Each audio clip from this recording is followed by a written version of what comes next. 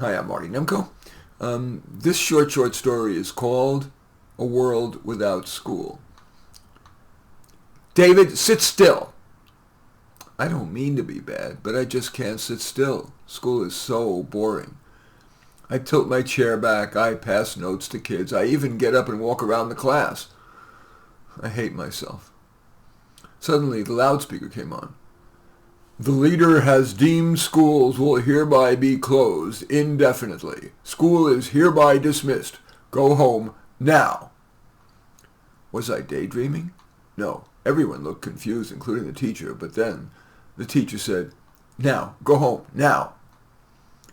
I scrambled to get my stuff out of my messy desk and into my messy backpack and galumphed home. This was my greatest dream, no school, forever. Yet I found myself feeling nervous. What would I do all day? But I calmed down and decided I would make the most of this. Who knows how long it'll last? For some reason, the first thing I decided to do was get on my bike, and crazy now that I think back on it. Rode it over the 59th Street Bridge. There's no bike lane, just in the traffic into Manhattan, and went to the Hayden Planetarium. I am too impatient to spend long at each exhibit, but I did look at almost every one. Of course, I did watch the Planetarium Night Sky Simulator. I didn't care much about the constellations, but it did make me think about whether there might be people or something superior on other planets. Are they better than us? Kinder, smarter, more diligent? I want to be kinder, smarter, more diligent. The next thing I did was wander through the park in the open field behind it. Past the marsh with the funny plants with hot dogs sticking up, and nearby there was soft soil, and I started to dig with my hands. If someone kept digging all the way through the earth, what's in the middle? What's at the end? China? I saw a rock, ugly, gray, but amazing still. How in the world does a rock form? The sun was setting, so I headed back home. On the way, there were fireflies. How in the world did they light up?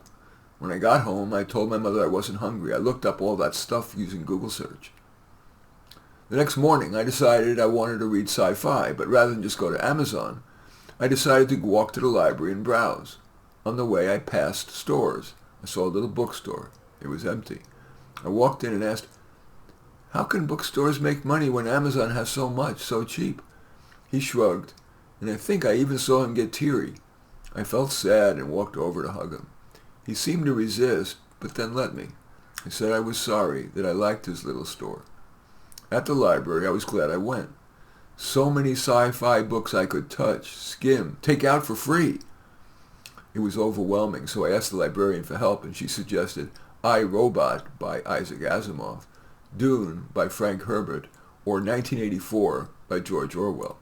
I took all three, and by the end of the week I had read them all. Those books made me nervous about power.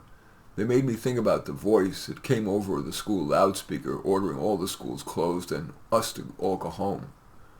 I did stuff like that for 6 months. Then one day on my computer screen, a test of critical thinking, reading, and mathematical reasoning appeared on that screen, and it said that unless I took the test and tried hard, my computer and TV would shut down.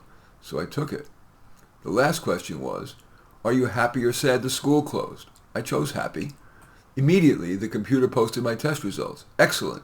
Well above your in-school per month growth. A week later, my screen said, the leader is ordering all students back to school. Our experiment with no school is over. You, David Michaels, number 439-702-654, did much better without school while enjoying it more. Most smart kids did, but most other students did worse, so we have decided to reopen the schools. Report tomorrow morning to school as usual at 7:40 a.m. School will resume as usual. Indeed it did. David, sit still! In any event, that story is called A World Without School. As usual, I welcome your thumbs up and accept your thumbs down.